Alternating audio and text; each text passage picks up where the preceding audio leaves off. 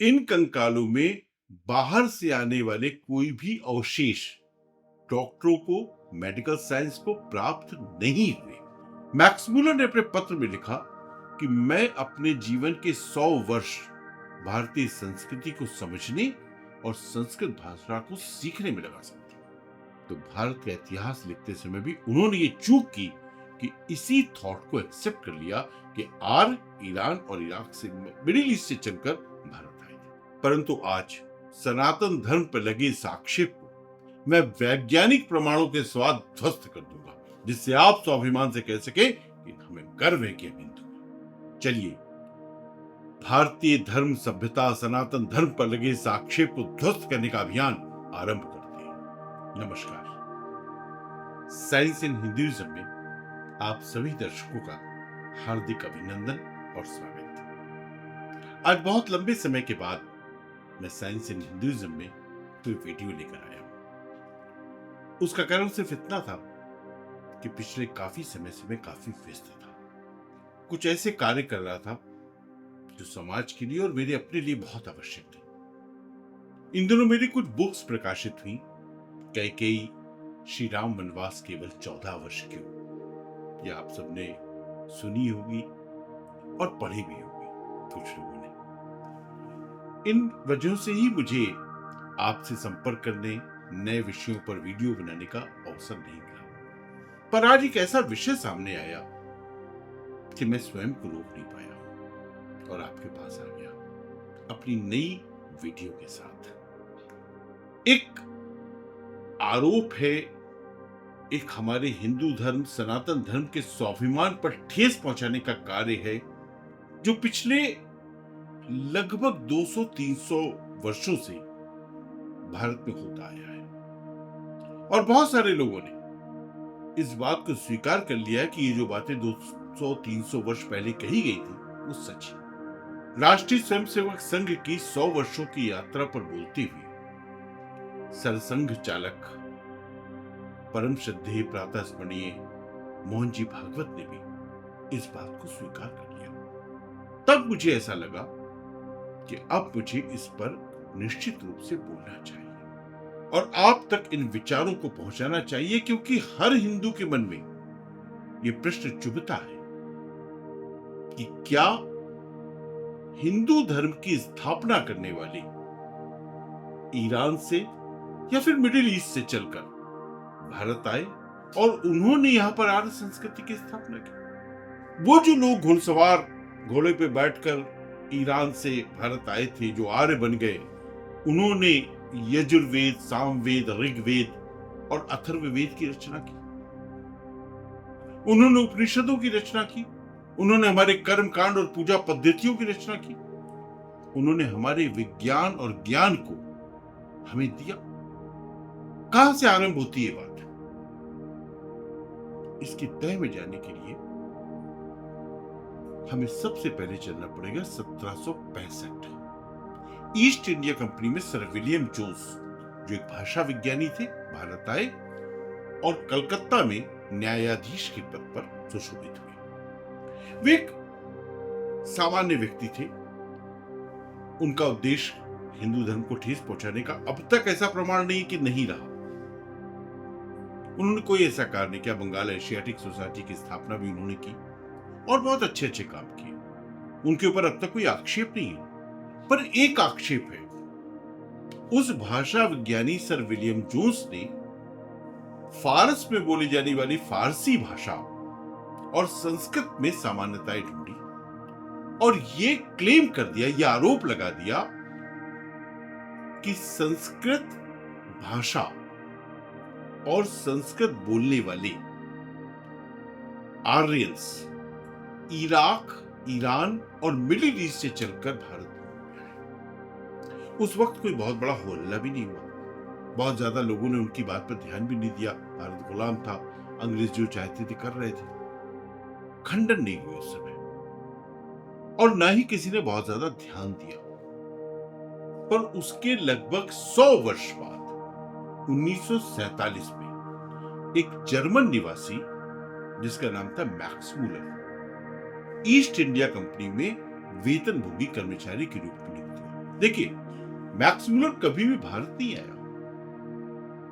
उसने इंग्लैंड में बैठकर भारतीय संस्कृति, संस्कृत भाषा का अध्ययन किया, ज्ञान प्राप्त किया और ऋग्वेद का अनुवाद कर डाला।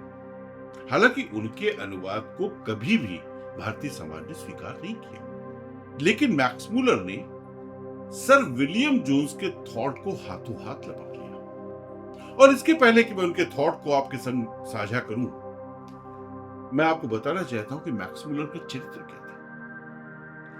जर्मन के क्रिश्चियन धर्मगुरु और राजनेता कार्ल जोसियस को उन्होंने एक पत्र लिखा जो प्रकाशित है। आप गूगल पे जाकर उस पत्र को देख भी सकते हैं।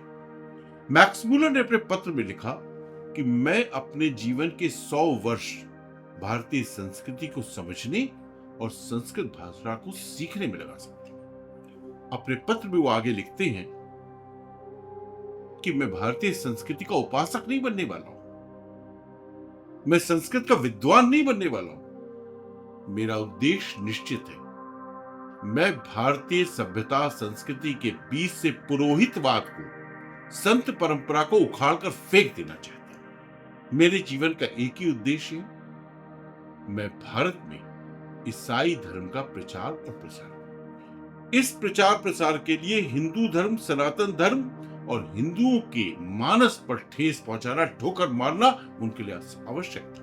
इसलिए उन्होंने सर विलियम जोन्स के भाषाई थॉट को पकड़कर एक नई परिभाषा गढ़ दी कि आर्य तो भारत आए थे, उन्होंने ही सारे वेदों की रचना की, उन्होंने धर्म पद्धतियों की रचना की, उन्होंने पूजा पद्धतियों की रचना की, उन्होंने कर्मकांड विकसित किए और वही सारे लोग ऋषि बने। और दुर्भाग्य की बात है कि भारत के पहले प्रधानमंत्री पंडित जवाहरलाल नेहरू ने जब भारत एक खोज लिखा तो भारत का इतिहास लिखते समय भी उन्होंने ये चूक की कि इसी थॉट को एक्सेप्ट कर लिया कि आर्य ईरान और इराक से, मिडिल ईस्ट से चलकर भारत आए थे। परंतु आज सनातन धर्म पर लगे इस आक्षेप मैं वैज्ञानिक प्रमाणों के साथ ध्वस्त कर दूंगा, जिससे आप स्वाभिमान से कह सके कि हमें गर्व है कि हम हिंदू हैं। चलिए भारतीय धर्म, सभ्यता, सनातन धर्म पर लगे इस आक्षेप को ध्वस्त करने का अभियान आरंभ करते हैं। सबसे पहला प्रमाण सन 1964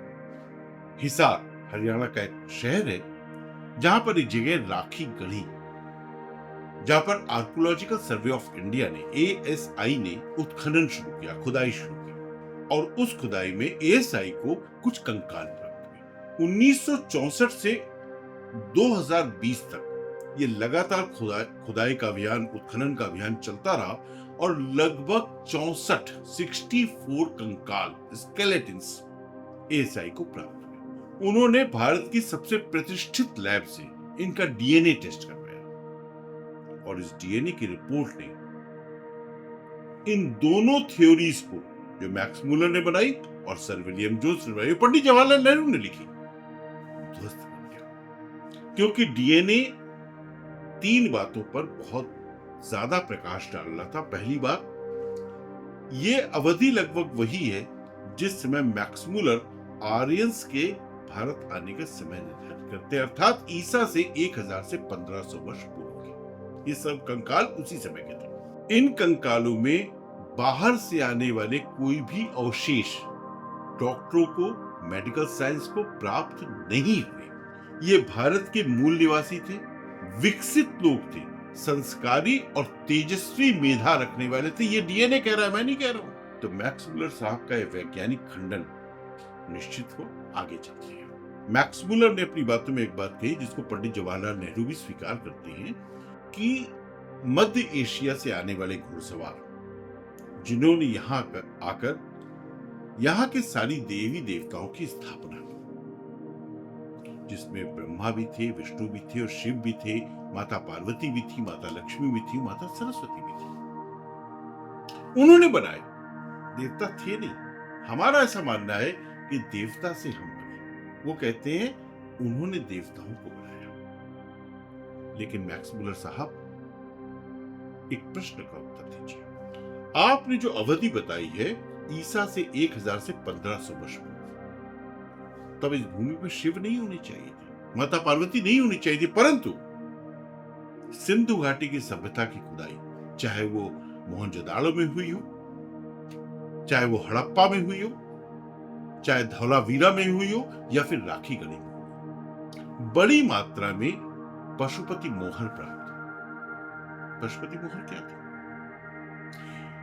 एक 3 मस्तक वाला पुरुष पालथी मार के दोनों हाथ ज्ञान मुद्रा में लेकर बैठा हुआ है। उसके चारों तरफ बहुत सारे पशु, गैंडा, भालू, हाथी इत्यादि खड़े हुए हैं। और पशुपतिनाथ कौन है? भगवान शिव। आज दुनिया के लगभग सारे विद्वानों ने इस पशुपति मोहर को देखकर माना कि यह शिव का आरंभिक रूप है। एक और प्रमाण उसी काल का हड़प्पा, मोहनजोदाड़ो, धौलावीरा, राखी गढ़ी, इन सारे उत्खनन में हमें जो बहुत बड़ी मात्रा में चीजें मिली, उसमें थी एक मातृ देवी मोहर, जो कि स्त्री गोद में बच्चे को लेकर बैठी हुई है। आपने माता पार्वती को चित्र देखा होगा जिसमें गणेश को गोद में लेकर बैठी रहती है, बिल्कुल वही चित्र है। और वो मोहर बहुत बड़ी मात्रा में मिली, जिन्हें आधुनिक विद्वानों ने माता पार्वती का आरंभिक स्वरूप माना। तो मैक्स मुलर साहब, शिव और पार्वती दोनों तो यहां पर पहले से थे। एक और प्रश्न इसी विषय को आगे बढ़ाते हुए मैक्स मुलर कहते हैं कि जब आर्यंस आए, उनके पास बहुत अच्छे घोड़े थे, बहुत अच्छे अस्त्र शस्त्र थे। उन्होंने वहां उस क्षेत्र में रहने वाले द्रविड़ों को मार मार कर भगा दिया, खदेड़ दिया। द्रविड़ डर के मारे भाग गए। जो डर के भाग गया आपका शत्रु, वो आपके ही देवता की पूजा करेगा, क्योंकि द्रविड़ आज भी ब्रह्मा, विष्णु, महेश, माता पार्वती, माता महालक्ष्मी और माता सरस्वती की पूजा करती है।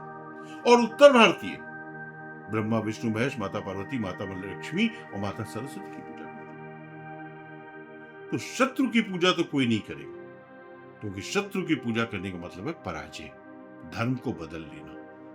इसका अर्थ ये हुआ कि मैक्स मुलर झूठ बोल रहे थे। और एक प्रमाण देखते हैं। मैक्स मुलर साहब जो काल निर्धारित करते हैं ईसा से 1000 से 1500 वर्ष पहले का, उस समय दक्षिण में एक द्रविड़ राजा पांड्य वंश का राज्य था। बड़े प्रतापी राजा थे। इतिहास उनके बारे में बहुत कुछ लिखता है, आप भी पढ़ सकते हैं गूगल पे जाकर। वो पांड्य वंश के राजा अपने द्रविड़ों की दुर्दशा, जो ईरान से आने वाले घुड़सवारों के हाथों हुई थी, देखकर चुपचाप बैठे रहेगा। उन्होंने अपनी सेना नहीं भेजी होगी, लेकिन इतिहास में उनके युद्ध का कोई प्रमाण नहीं। तो ये भी एक बात झूठी साबित होती है कि ऐसा कुछ हुआ था। द्रविड़ कभी यहां आकर नहीं रहे। इसका एक और प्रमाण है, सिंधु घाटी की सभ्यता में उत्खनन में हमें लगभग हर जगह पर बहुत सारी स्त्रियों की पाषाण मूर्तियां मिली हैं। उन मूर्तियों की मांग में लाल रंग का सिंदूर है, जबकि द्रविड़ स्त्रियां तब भी सिंदूर नहीं लगाती थी और आज भी सिंदूर नहीं लगाती हैं। अगर वो यहाँ की वासी होती, उत्तर भारतीय होती, तो मांग में सिंदूर भरती। मांग में सिंदूर नहीं भरती, आज भी नहीं भरती। तो ये प्रमाण भी निश्चित हुआ। अब एक और बात है, जिस समय घुड़सवार ईरान से आए बताए जाते हैं, उस समय ईरान में अवस्थाई भाषा का प्रयोग होता है। ये प्राचीन भाषा है फारस की, जिसको बहुत ही प्राचीन भाषा माना था। और क्यों होता था? ईरान का एक धर्म था जोरोस्ट्रियन। जोरोस्ट्रियन धर्म का जो धर्म पुस्तक है उसके नाम है अविस्ता। अविस्ता की जो भाषा है वो अविस्ताई। तो जो घुड़सवार वहां से चलकर यहाँ आए, उनको तो अविस्ताई भाषा का प्रयोग करना चाहिए, क्योंकि हमने ऐसे सैकड़ों प्रमाण देखे हैं। बाबर, अकबर, औरंगजेब, महमूद गजनवी, इन सब ने हमारे मंदिरों को तोड़ा और अपने धर्म का प्रचार प्रसार किया। बाबर ने तो मंदिर तोड़ के मस्जिद बना दिया। औरंगजेब ने कितने मंदिर तोड़वाए, कहीं ईदगाह, कहीं मस्जिद, सब बनवाता रहा। तो जो अवस्थाई आए थे, जिन्होंने द्रविड़ों को मार मार के भगा दिया था, वो अपना धर्म का प्रचार नहीं कर रहे हैं, अवस्थाई धर्म का प्रचार नहीं कर रहे हैं, जोरोस्ट्रियन धर्म का प्रचार प्रसार नहीं कर रहे हैं। वो यहां बैठकर एक नए धर्म की स्थापना कर रहे हैं, एक नई भाषा संस्कृत को लिख रहे हैं। कैसे? अब देखिए, मैक्स मुलर क्या कहते हैं कि वो लोग भी आग की पूजा करते थे। अरे भाई, हम आग की कब पूजा करते हैं? हम तो अग्नि में आहुति डालते हैं। क्यों डालते हैं? क्योंकि जब अग्नि में बहुत सारी समिधा, देसी घी की आहुतियां देते हैं तो वातावरण शुद्ध होता है, ऑक्सीजन का लेवल बढ़ता है, हमारा स्वास्थ्य उत्तम बनता है। तो इस सच को तो मैक्स मुलर साहब को भी समझना पड़ेगा कि उनका झूठ पकड़ा गया है, परंतु इस सच को समझना पड़ेगा कि आज ना तो मैक्स मुलर जिंदा है, ना सर विलियम जोन्स, पर उनकी नाजायज औलादें